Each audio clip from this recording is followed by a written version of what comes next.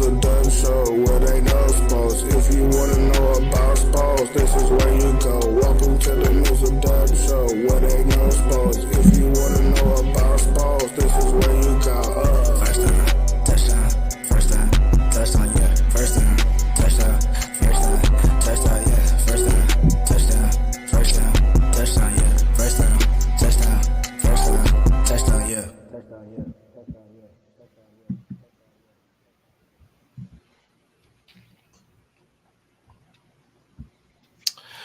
Well, hello, and it is a very, very somber, sad end to the day in the realms of baseball, but more specifically, if you bleed orange and black of the San Francisco Giants. As you can see, brother and I, we are decked out in orange and black, and he doesn't wear hats, so I'm wearing the ball cap today or this early morning. Well, I don't have a Giants hat to wear, so.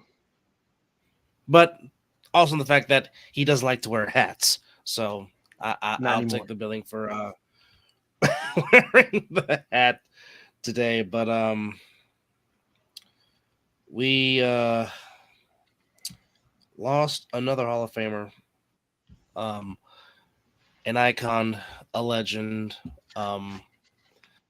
There's so many superlatives you can say about this man that meant so much to so many, that meant so much to a city, that meant so much to a franchise.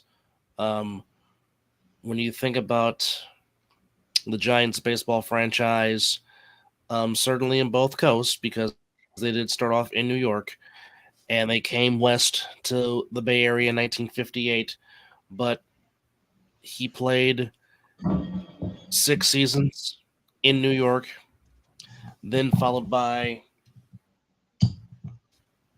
13 more in San Francisco, then finishing back in New York with the Mets.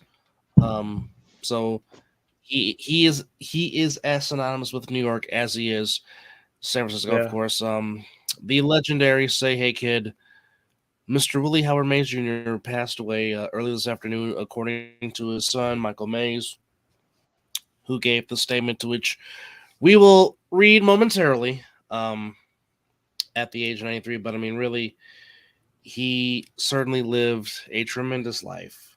And how ironic and how apropos is it that in less than 48 hours, the Giants were going to play on the same field where his baseball career started.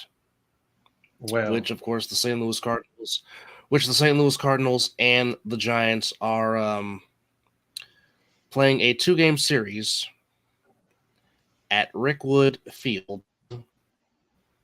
Wow. To pay honor to the Negro Leagues, and of course now more so of a tribute to Willie Mays, because obviously Willie Mays was born in Westfield, Alabama, where Rickwood Field sits. It's in Birmingham, Alabama, not too far from where Willie Mays was born.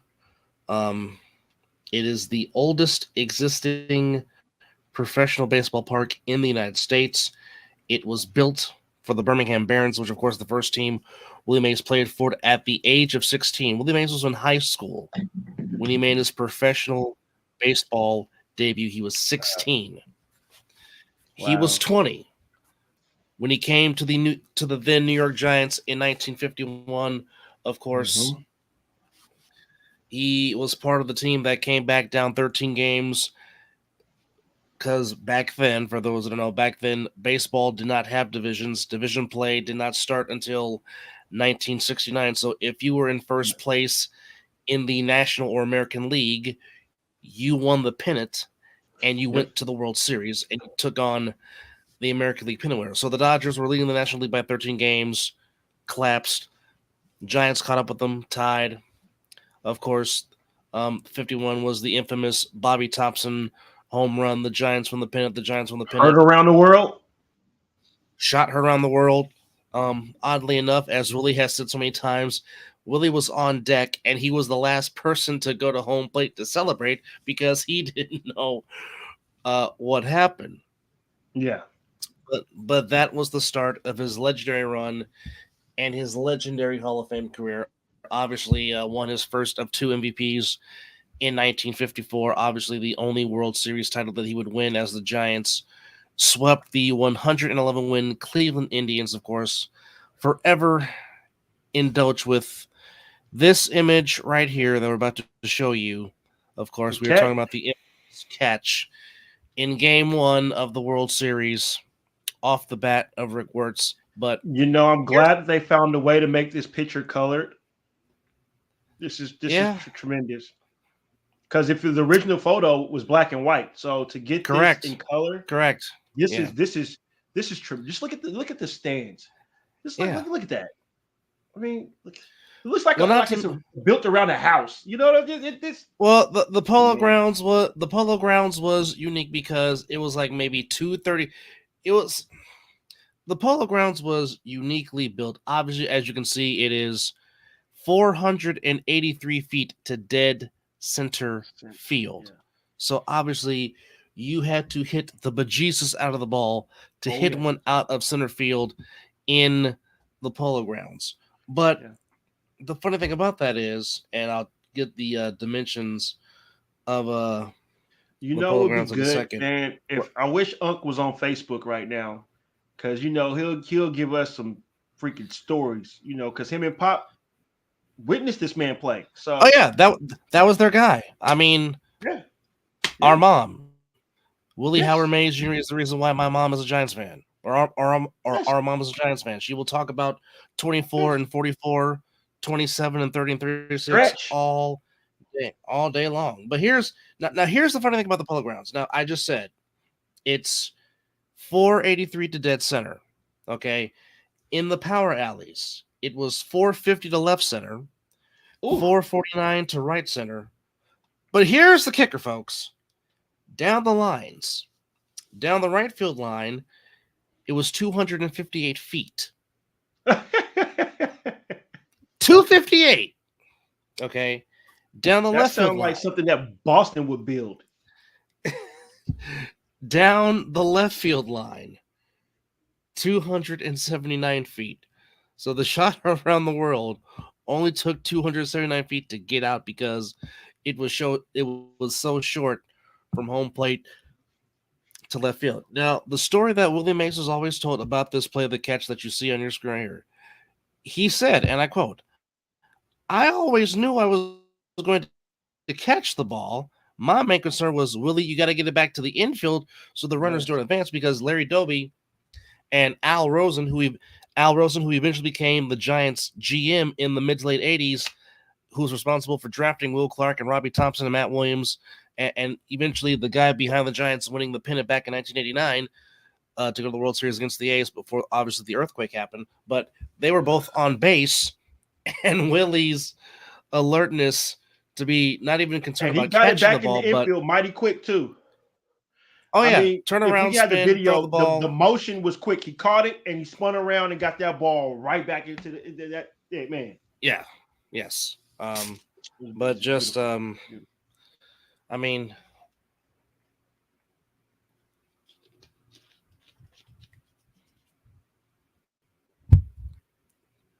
here's the thing.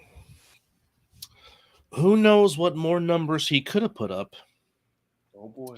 If he did not go serve his country after he was drafted into the Army, because he lost a full season due to the fact that he was fighting the Korean War, I believe. And then, of course, the year he came back, won the MVP, won the World Series. He played in 3 of them, lost 2, and 4. He played in 4, lost 3, won 1. But I mean, you're talking about a guy. Now, keep in mind, folks, at this time, there was 3 Major League Baseball teams in the state of New York. Dodgers, of course, Giants. Of course, you had the Yankees in the Bronx. You had the Giants in Manhattan. And, of course, you had the damn team in blue. in Brooklyn. So there's what's going on Live with 25, which by the way, please subscribe to Live with 2. Please subscribe to Live with 25. He's getting ready. Yeah, he's been in the lab working, folks. So please get ready for it. Live with 25 coming your way real soon. But please do subscribe. But just the fact that he was still so revered well after he retired, because he retired after the 1973 World Series, and to still be as revered as he is, certainly here in San Francisco, certainly along the annals of baseball, I'll say it like this. Ken Griffey Jr. wore 24 in Seattle because of Willie Mays. A lot of Barry Lamar Bonds when he was in Pittsburgh as a Pirate wore 24 because of his godfather. Well, that's his godfather. Yep, there it is. All right. Ricky, when he came back home in 89, because remember when Ricky first came up with the A's, his first 6 seasons, he wore number 35. But when he came back home in 89, and for mainly the remainder of his career, with the exception of playing for the Dodgers, the Mariners, and the Red Sox, but Yankees. Did he play Yankees too? He did, but he first wore 24 when he went to the Yankees, but he wore 24 because of Willie Mays. Mm-hmm. So that just goes to show you what I mean. Tony Perez of the Reds, Hall of Famer in his own right. He wore 24. I mean, there's a lot of certainly with people like Griffey and Frank Thomas and Bonds and all those guys. There's a lot of Willie Mays influence. They said that the All-Star game was Willie Mays' showcase, and it was. Mm-hmm. Only Hank Aaron played in more All-Star games than Willie Mays. Aaron played in 25, Mays played in 24, but this is just how much revered Willie Mays was. Willie Mays himself made up the starting lineup for the National League. And this is what he did, okay? He said, I'll lead off. Roberto Clemente will bat second. Aaron will bat third. And this is what he said. I'll get on base. Clemente will move me over. And Aaron will knock me in. Facts. Okay, now think about this, folks. Some confidence right there. We're talking about the 50s and 60s. Okay. Yes. We're talking about a National League outfield of 3 Hall of Famers. Those 3 men combined to win 4 World Series. One wins the World Series MVP. One for a long time was the all-time home run leader. All 3 of those men have 3,000 hits. All 3 of those men were lifetime 300 hitters. And not to mention they all could play the outfield. Now, you're damn right. It's a debate who had the better arm between Mays and Clemente, because Roberto playing right field is just somebody you did not run on, because if he did, he'd throw you out. Yeah. And he also had the turnaround spin and throw, and was accurate as all get down. But just think about that. You had Hank Aaron, Willie Mays, and Roberto Clemente in your outfield. I'm jealous of my uncle and my dad. Now, again, as I've said so many times, now, obviously, me and Mizzle were in our early 40s. So, obviously, we were not even thought of when Mr. Mays was playing. But as I've said before, I didn't need to watch tape to understand and realize that Willie Howard Mays was the greatest baseball player God ever created. Yeah. Okay. Yes, you can say Babe Ruth was the most iconic. Okay. I'll give you that. But as far as all around baseball player, Ted Williams has said this. Joe DiMaggio has said this. Aaron has said this. Babe Ruth couldn't do what Willie Mays did. Sorry. Joe Morgan, Willie McCovey, anybody that played with him or played against him, hands down had said Willie Mays is the greatest baseball player, period. His first manager, Leo DeRocher, said there's 5 things you got to do, and that is run, hit with power, catch, and throw. Mays could do it all. That's all you know. And like I said, who knows what more numbers he could have put up if he didn't play at a home park that was Candlestick, because as we know, Candlestick was not exactly the greatest place to hit. It's pretty rough, especially when that wind came in. Yeah, now God knows what kind of numbers Mays would have put up if he was playing at the launching pad that was Atlanta Fulton County Stadium that Hank Aaron got the chance to play in. Oh, my. You talk about home runs galore. Now, keep in mind, folks, when Mays retired, he had 660, which, for a long time, he was second behind Babe Ruth. And for a very long time, he was third behind Ruth and Aaron. Then his godson passed him. As it stands today, Willie Mays still ranks 6th all-time in Major League Baseball home runs with his 660. Still in the top 10. Just a little bit got kicked out of the top 5 because of the emergence of Alex Rodriguez and Barry Bonds within this last decade and a half. Yeah. It's just... sometimes you're just in awe. It is. It really is. And you know what? Kudos to Dave Fleming, because I was listening to the game. Yeah, you can tell that he wanted to say it, but he was trying to get it out. Yeah, he was trying. Well, he was trying professional. Hard. He was trying to be professional. He was trying so hard not to break down because, I mean, like I said, I mean, in the last few years, the Giants have lost Hall of Famers. We lost Willie McCovey a few years ago. We lost Gaylord Perry a few years ago. And now yesterday, we lost Willie. So you look at the 5 Giant Hall of Famers that have been staple at that ballpark on 3rd and King since it's been built in 2000. You think about those. You think about that Fab 5 of Mays, McCovey, Perry, Marshall, and Cepeda. It is now Marshall and Cepeda that remain out of the San Francisco 5 that are in the Hall of Fame. Wow. And up until his passing,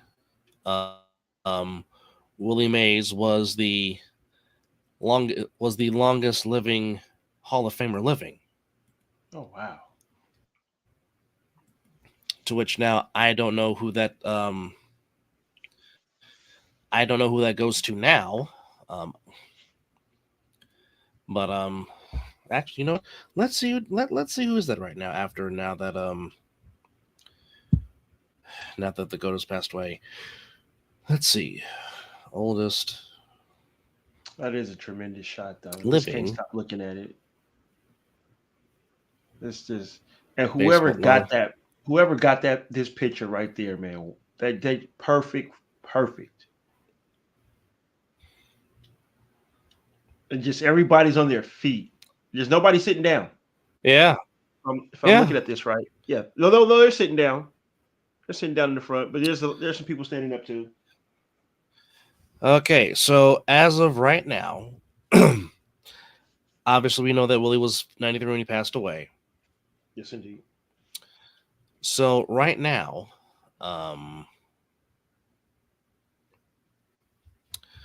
and before Willie took the mantle, it was legendary Dodgers Hall of Fame manager Tommy Lasorda, because Tommy was 93 when he passed away back in 2021. So right now, the oldest living Hall of Famer right now goes to Luis Aparicio of the Go-Go Sox in the 50s, who helped the White Sox win the pennant in 1959. He was a 13-time All-Star, obviously becoming the first Venezuelan Major League Baseball player into the Hall of Fame. Also was a part of the 66 Orioles that won the World Series in 66.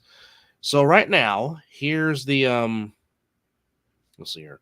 1, 2, 3, 4, 5, 6, 7, 8, 9, 10. So here are the top 10 eldest living members of the Hall of Fame in Cooperstown as it goes. So right now, as just mentioned, Luis Aparicio is 90. Birthday is on April 29th. Former commissioner and former longtime owner of the Brewers, Bud Selig, he's 89. Of course, the legendary Sandy Koufax, 88. Bill Mazeroski, who hit the home run in 1960 to beat the Yankees in Game 7. He is 87.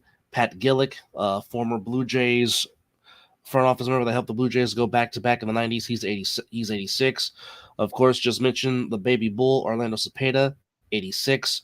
Mr. Marshall, also 86. The great Tony Oliva of the Minnesota Twins at 85. And his teammate with the Twins and longtime great broadcaster, Jim Cott, 85. So those are your top 10 eldest remaining living Hall of Fame players right now that have plaques in Cooperstown. So there you have it, folks. So oh wow, I totally forgot that Mr. Koufax was still kicking. Well, I mean, you normally see him at Dodger games all the time at Dodger Stadium, and of course, he was one of the few that got the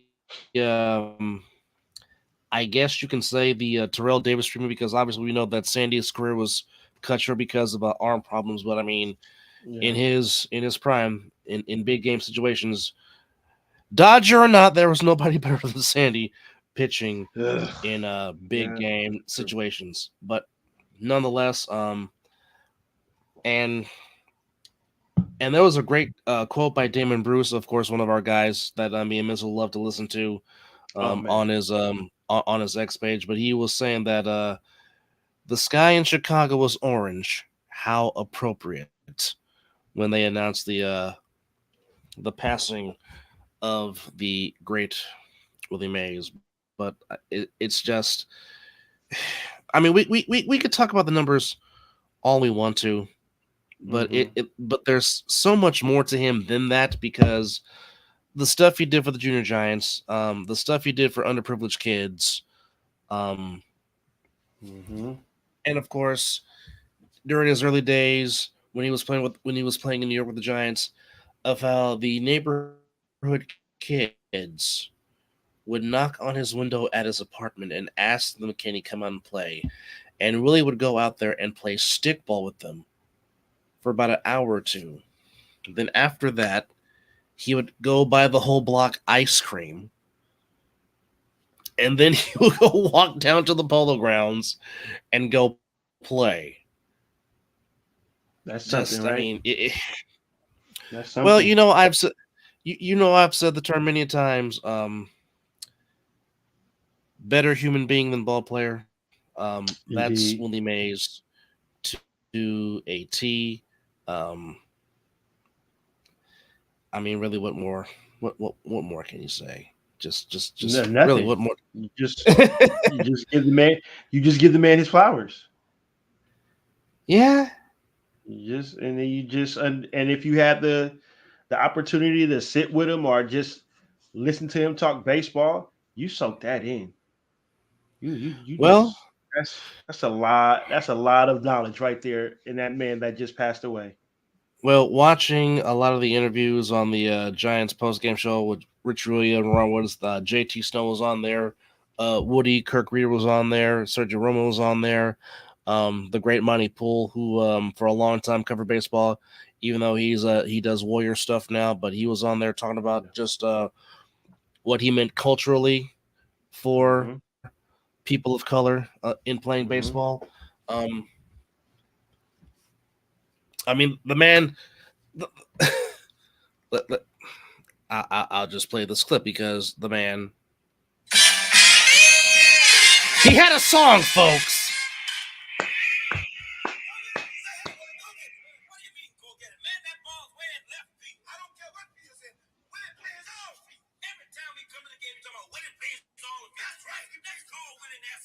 Okay, hey Willie. Yes.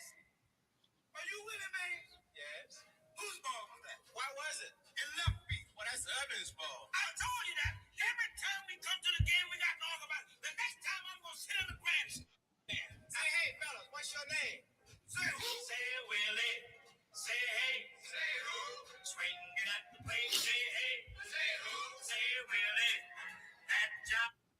Just a small clippage of the Willie Mays song by the Trenners that made that song. Of course, at the end, you can hear Willie say hey. But obviously, and how ironic, because he trying to see how many days ago did he make the statement, because he really was trying to get out there to Alabama because he really wanted to be a part and actually wanted to be at the game between the Cardinals and Giants that are playing at Rickwood Field. You think he wouldn't have been there? In different circumstances and situations, he would have. Now, I'm trying to see how long ago it was that he So, to answer your question, cuz the story of how he was given the Say Hey nickname was, as legend has it, he couldn't remember people's names from the media because he would always go, hey, hey, hey. So one writer gave him the nickname of the Say Hey Kid, and it just stuck. So actually it was one day ago, or it was on Monday, that he said, I wish, and this is straight from Willie Mays himself. He said, I wish I could come out to Rickwood Field this week to be with you all and enjoy that field with my friends. Rickwood's been a part of my life for all of my life since I was a kid. It was just around the corner there from Fairfield. Yes, there's the Fairfield, Alabama, folks. Wow. Excuse me. And it felt like it had been there forever, like a church. The first big thing I ever put to my mind was to play at Rickwood Field. It wasn't a dream. It was something I was going to do. I was going to work hard to be one of the Birmingham Black Barons and play ball at Rickwood Field. That's what I did. It was my start, my first job. You never forget that. Rickwood Fields is where I played my first home game, and playing there, it was everything I wanted. I'd like to be there, but I don't move well as I used to, so I'm going to watch from my home. But it will be good to see that. I'm glad that the Giants, Cardinals, and MLB are doing this, letting everyone get to see pro ball at Rickwood Field. Good to remind people of all the great ball that has been played there and all the players.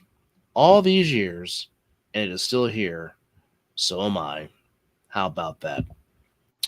That was Willie Mays' statement just on Monday. Wow.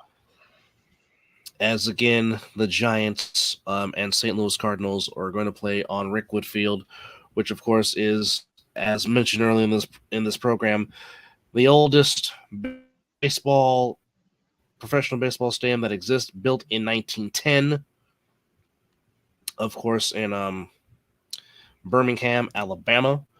So the dimensions of this field, it is 393 to center, 399 to left center, 392 to right center, 321 down the left field line, right field line, 332, a capacity of 10,800 people.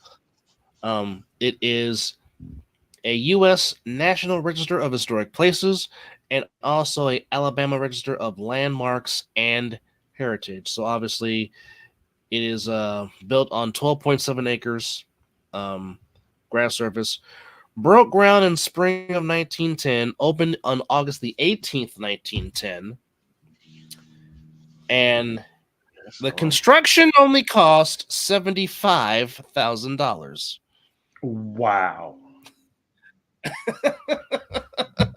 Well, that's a shit ton of money back in 1910, though.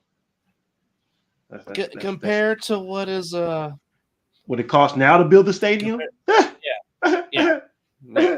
So of course, obviously, it depends on the dimensions, cause it depends on how you want to do it. I mean, most center field, most ballparks now, if you go to dead center, it's mainly either 399 or 400 or 405 to straightaway center. And your power alleys are normally 375, and normally if you go down the line, it's normally somewhere in between the totals of 320 and 335. It just depends on the architectural design of your stadium. Because, like, for example, at the big phone booth, I think it's 335 down the left field line, and down the right field line towards the Cove, it's only 309 feet. But of course, Triples Alley is 415, and now center field is, I think, 399. So obviously, because didn't they alter it because they took the what? They did alter it. They took something away. What did they take away? Well, they took the bullpens. The bullpens are behind the fence now, because remember, for a long time, the bullpens were on the field. The bullpens were on the third the bullpens baseline, were right? like the Oakland the bullpens were like the Oakland Coliseum, on the field, on the projective third base and first base lines. So there you have it with that. We'd like to welcome those watching us here on all of our outlets, both of our Facebook pages and both of our Twitter pages, if you will, and of course on IG Live. We are celebrating the tremendous life of the legendary Willie Mays, who passed away early this afternoon at the age of 93. Gonna try to find some stuff here. This is from, of course, his godson, of course, the all-time home run king in Barrymore Bonds. He said, "I am beyond devastated and overcome with emotion. I have no words to describe what you mean to me. You helped shape me to be who I am today. Thank you for being my godfather and always being there for me, or always being there. Give my dad a hug for me. Rest in peace, Willie. I love you forever. I love you forever." That is from, of course, the one, the only Barry Lamar Bonds, who I'm sure if he asked when he came back home in 93, I'm pretty sure Willie would have let him wear 24, but Barry chose to wear 25, which was his dad's number when Bobby played with the Giants. Of course, obviously, Bobby and Willie were teammates, and obviously Willie Mays was Barry Bonds' godfather. Well, at least he got the honor both of them wearing the jersey. He got to wear when he was with the Pirates, and then he got to wear his dad's jersey, and so like he said, like he said, it came full circle because he completed the circle because obviously his dad played right field, Willie played center, he played left, so it really did indeed come full circle. And there was some stuff already going on at Rickwood, and the fans were paying tribute there during a minor league baseball game. Oh, nice. So there you have it with that. Obviously, all across MLB paid and gave tributes. The commissioner gave out a statement. John Miller did an excellent video narrating it. Fantastic job, as always. John Miller. Say it's John Miller. That is true. You're gonna start respecting him, start calling him Hall of Famer.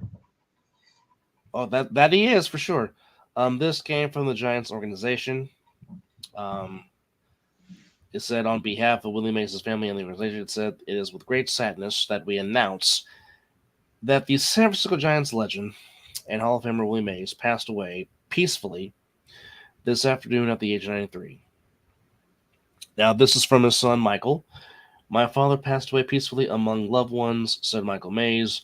"I want to thank you all from the bottom of my broken heart for the unwavering love you have shown him over the years. You have been his life's blood." And this is from Giants chairman Greg Johnson. Still don't know what the hell he looks like. He never goes to a game. But from the chairman, he said, "Today we have lost a true legend. In the pantheon of baseball greats, Willie Mays, a combination of tremendous talent, keen intellect, showmanship, and boundless joy set him apart. A 24-time All-Star, the Say kid is ultimately forever Giant. He had a profound influence not only on the game of baseball, but on the fabric of America. He was an inspiration and a hero who will be forever remembered and deeply missed." This from Giants. This from Larry Bear. "I fell in love with baseball because of Willie. Plain and simple. My childhood was defined by going to Candlestick Park with my dad, watching Willie patrol center field with grace and the ultimate athleticism. Over the past 30 years, working with Willie and seeing firsthand his zest for life and unbridled passion for giving to young players and kids, has been one of the joys of my life. So, statement from his son, statement from Mr. Johnson, and statement from Larry Bear. Obviously, Nice. Frank Thomas gave a great tribute. Magic Johnson gave a great tribute. Derek Jeter did so. Also, I believe Buster Posey said something as well too. Buster Posey had a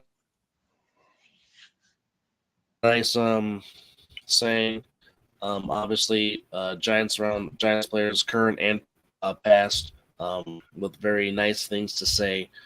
But again, the one story that you would always hear is obviously him and Willie McCovey were always at the stadium, always at the ballpark. Stretch.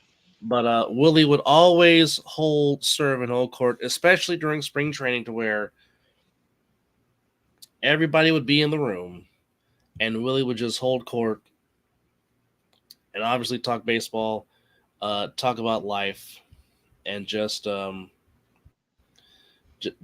giving knowledge and whatnot. The last time we saw Willie on TV was when they honored him for his 90th birthday, to which, if we have it, well, we're going to show some more slides here, but obviously, Forever Giant, I mean, it gets no better than that man right there. It just absolutely does not. Yep. And there's, of course, him doing his thing. Now, that's old Candlestick with the chain link fence when it was 410 to dead center. Wow. So there you have it with that. Sometimes I miss the old Candlestick chain link fence, but that's just me. How you know? But hey, there it is. Always with that infamous G cap. Him in younger years. That's him throwing out the first pitch in Game 4 of the '89 World Series. That was him the day of the earthquake, sending a ball.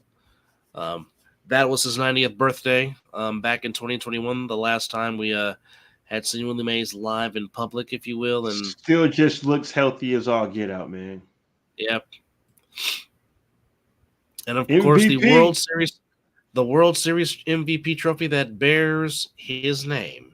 Rightfully so. Not Babe Ruth, but Willie Mays. Yes. It bears that man's name. And of course, that says it all right there. That picture right there, if you will.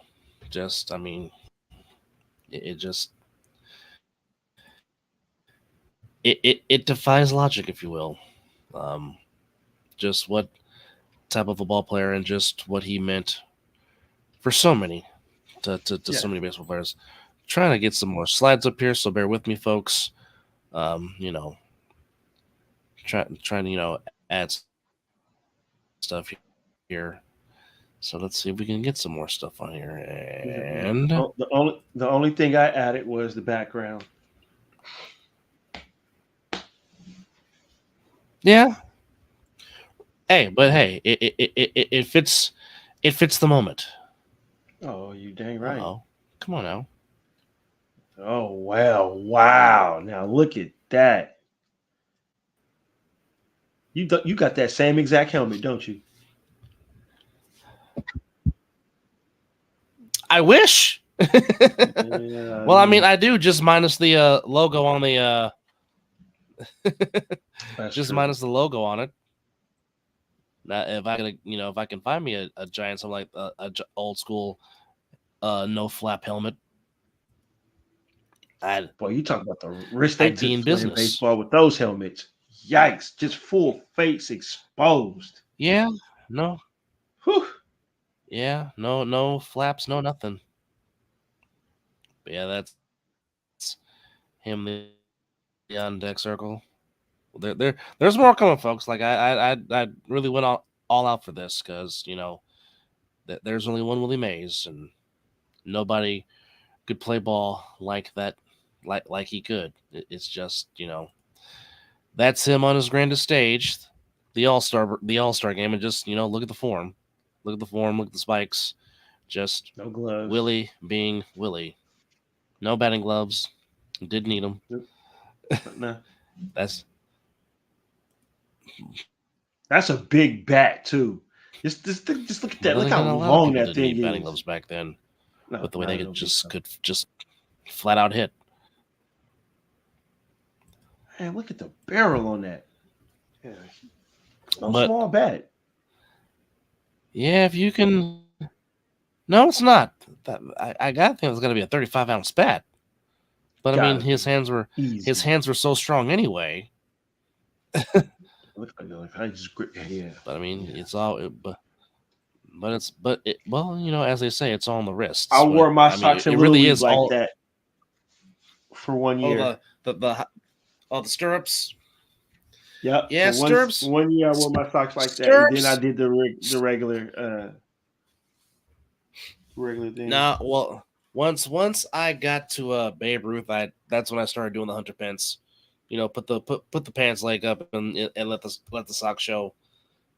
Because I mean, and the thing was, Willie purposely wore his cap one size larger because he always wanted the hat to fly off when he was running the bases. You wanted some flair. You got to sell it. Some flair. Yeah. Now there was a piece of footage that KMBR played of a particular game that took place at Candlestick, and Mays was at first, and William McCovey was at bat, and they did the shift. Yes, they even shifted back in the 60s for a guy like McCovey. And William McCovey literally bumped the ball down the third base line and got a double, and Willie Mays scored from first base on a bunt double by William McCovey. And then the legend also has it that Willie Mays sometimes would purposely not go to second for a double because he felt like they would intentionally walk McCovey and put him on base if he would have taken second. So just the intellect. I don't believe that. Of just. I mean, I believe that. I believe that. I have no doubt. No doubt that yes. Get these runs. But this is also just the baseball IQ of Willie Mays. Willie Mays would call the defense from center field. He would position the infield just as much as the outfield. Not the managers in the dugout, not the coach, but Willie Mays would call out the defense and position his defense in the field from center field.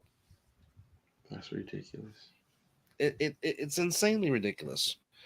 But, I mean, again, that just, goes to show his greatness about just how great he is and just why he was so revered by a lot of major leaguers. Now I'm trying to make my way over here. Do your job, Baseball Reference. Thank you. All right, here we go. So, just to go down the list of accomplishments, because there is so many when it comes to Willie Mays. Right. If the doggone thing would load up. Because sometimes, you know, as we say so many times, technology likes to be a pain in the ass. Oh, definitely. Always at the wrong times, though. Always at the wrong time. Yeah, that seems to how it is from time to time. But nonetheless, as we go, come on. Okay, let's do it like that then. Good grief. Either way, just do it. That part. Doc. You know, sometimes technology is just a pain. So, as we get to it, again, all right. So, obviously, Rookie of the Year.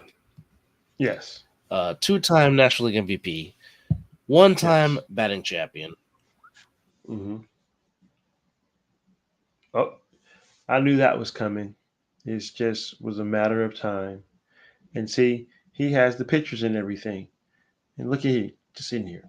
But no, just to wish I could have went back and just one time a flash machine and go back and see some old school players. Willie Mays would be one of them. Just the things that he did, base running, as Dub said, sacrificing doubles and stats just to help out another teammate, get runs and stuff like that. So that's pretty dope, man. I didn't see that coming. You're just at work and then you get a text. We're gonna do a show. I'm like, okay, I planned on doing a show, but I didn't know that we were gonna be sitting here dedicating to the greatness of Willie Mays. But I'm glad that he got one with a ring with the organization, though. That's pretty dope. Even though they were in New York, it's still the Giants. Even though the Giants couldn't win today in his honor, it's pretty bad. Even though who was it? Webb. Was it Webb? Logan pitched today. I think Logan did pitch today. He did pitch pretty good. So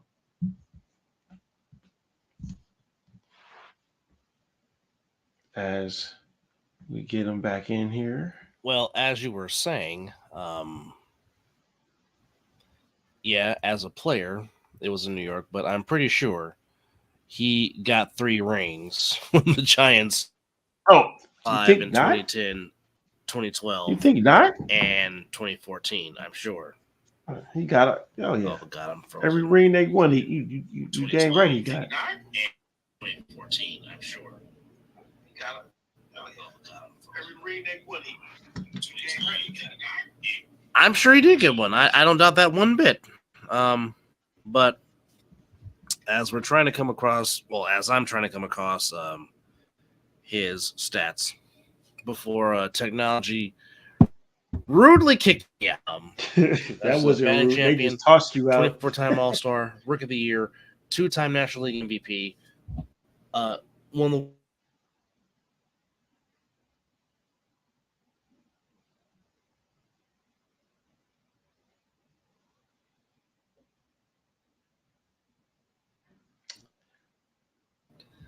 Glove winner, which I think only Clemente has tied him with that. First ballot Hall of Famer in 1979. Got 409 out of 432 ballots. I don't know what the other 13 were thinking on you. But really gets in on the first ballot in 70. Gets in on the first ballot in 79. His career WAR is 156.2. I think that's 5th all time. Yeah, that part. Yeah. 3,293 hits. 7 hits shy of 3,300. Lifetime batting average of 301.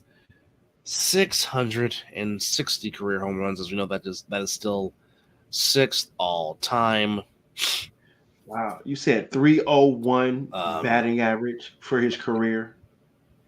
Come on now, come with me. All right. Wow, so, that's pretty good. In addition, 1,909 RBIs. As I X that out. How many stolen bases?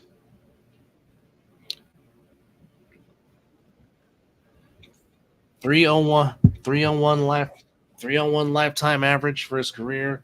When he won the batting championship when he won the batting title in 1954, he hit 305. He hit 300. 1, 2, 3, 4, 5, 6, 7, 8, 9, 10. 10 times in his 24-year career, he was a 300 hitter. Wow. Stolen bases for his career, he had 339. So him, Alex Rodriguez, and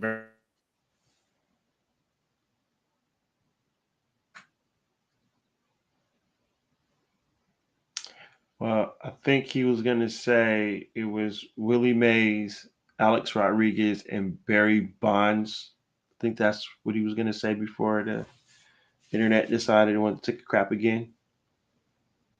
Man, that's some accomplishments right there. 10 seasons of batting above 300 or 300 or better out of 24.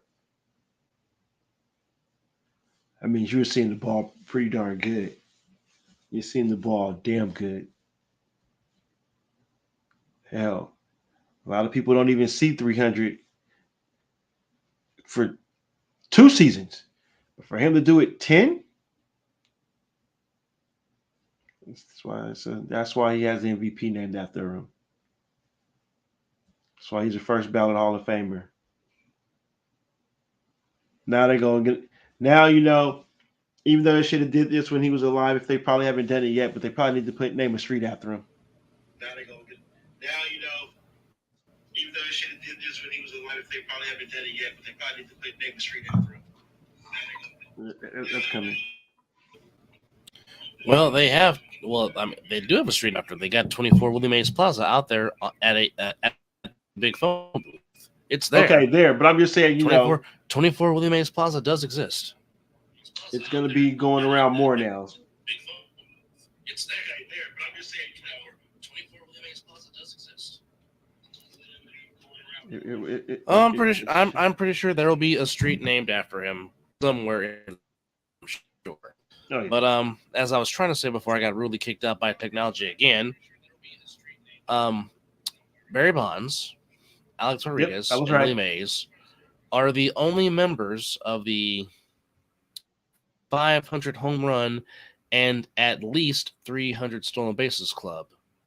Now, as you know, Barry Bonds is the only member of the 500 club of 500 stolen bases and 500 plus home runs. So there's that. Now, everybody was making a big fuss about, having a 30-30 season or a 40 season. Willie Mays has said, if that was such a big deal, I could have easily done 50-50. But he decided it really wasn't that big of a deal. But if he wanted to, he could have. I believe it. I believe it. Totally believe it. But glad you are hanging out with us here on this special 215th edition of the Mizzle Dub Show as we are paying homage to the GOAT. Here it is, Willie Howard Mays Jr., who passed away at the age of 93 this morning, or yesterday afternoon, according to his son Michael Mays. A tremendous loss here in the Bay Area, tremendous loss across Major League Baseball. And by the way, he got the highest medal as a United States citizen you can possibly get, given to him by President Barack Obama back in 2015. The Purple Heart? No, the president. Hold on, let me get the right terminology. Hold on.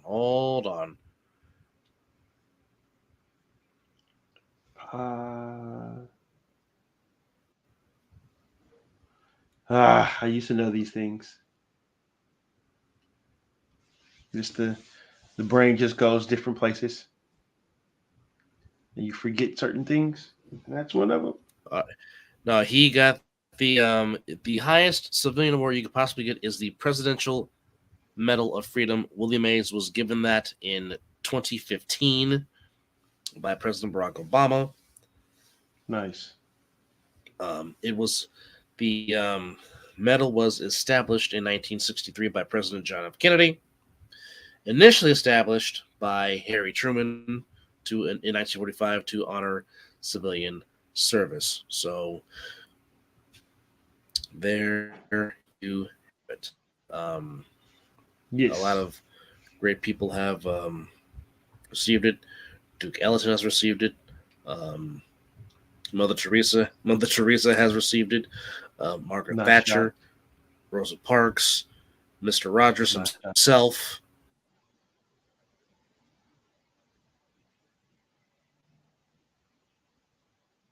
That's a pretty nice list there. Simone Biles has one.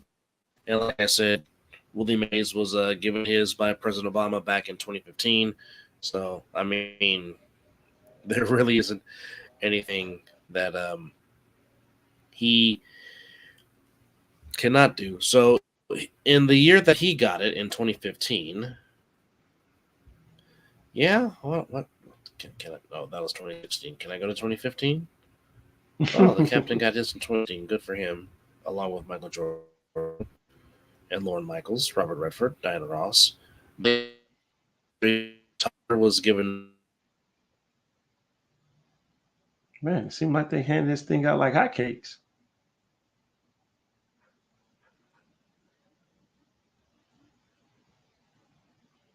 And technology is just going to go for the trifecta. Why not?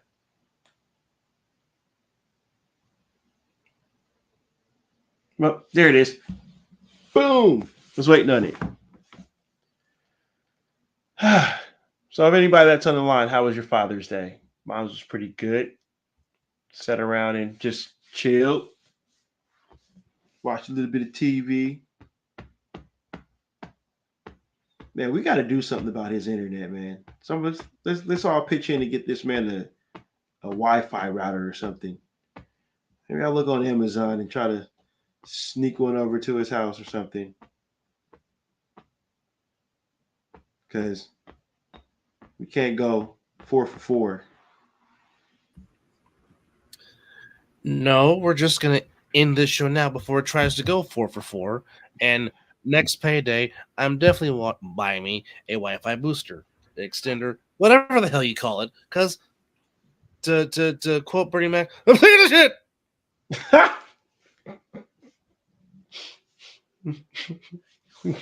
I really am sick of it. Like it's getting annoying.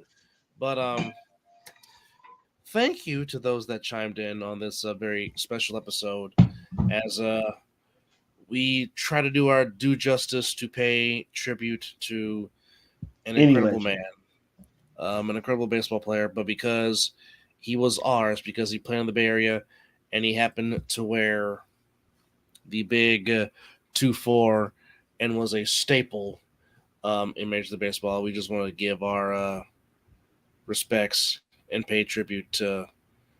There's only one Willie Mays, and there he is in all of its splendor and glory. But we like to say thank you for everybody that came in and hung out with us on this very late night edition. But as Mizzle said, it was like, well, we have to do a tribute to the GOAT. And he was like, who else said we lost number 24? So in the span of a few weeks, we've lost the legendary Bill Walton, the legendary Chet Walker, and the logo Mr. Jerry West, and now the greatest baseball player God ever created, Willie Howard Mays Jr., who lived a grand life at the age of 93, is now once again reunited with Willie McCovey. So 44 and 24 are up there in the big baseball and 25 in the sky, and Bobby playing a game of catch right now on that big baseball diamond in the sky. So certainly our thoughts and prayers to Willie Mays' family, and obviously to our Giants fans. We heard with you. I know for our parents, it sucks.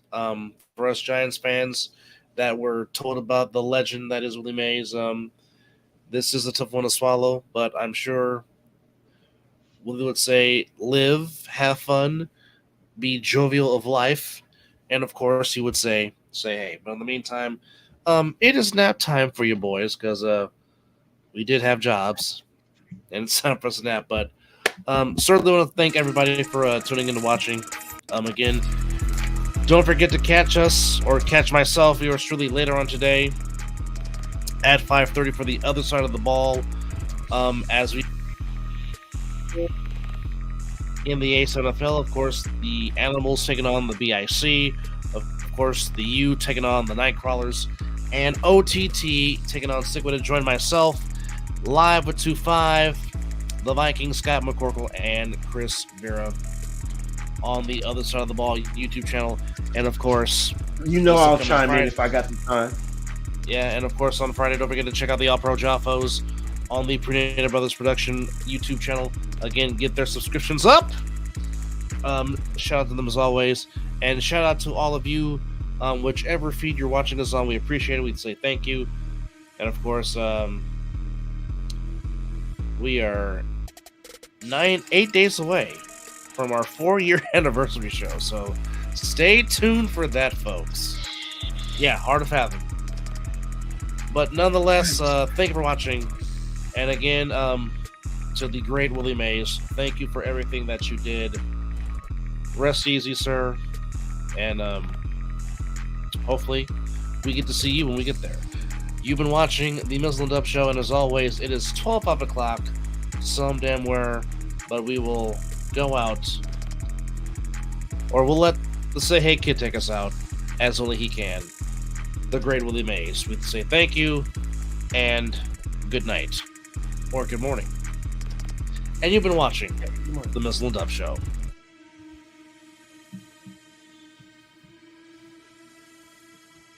Say hey.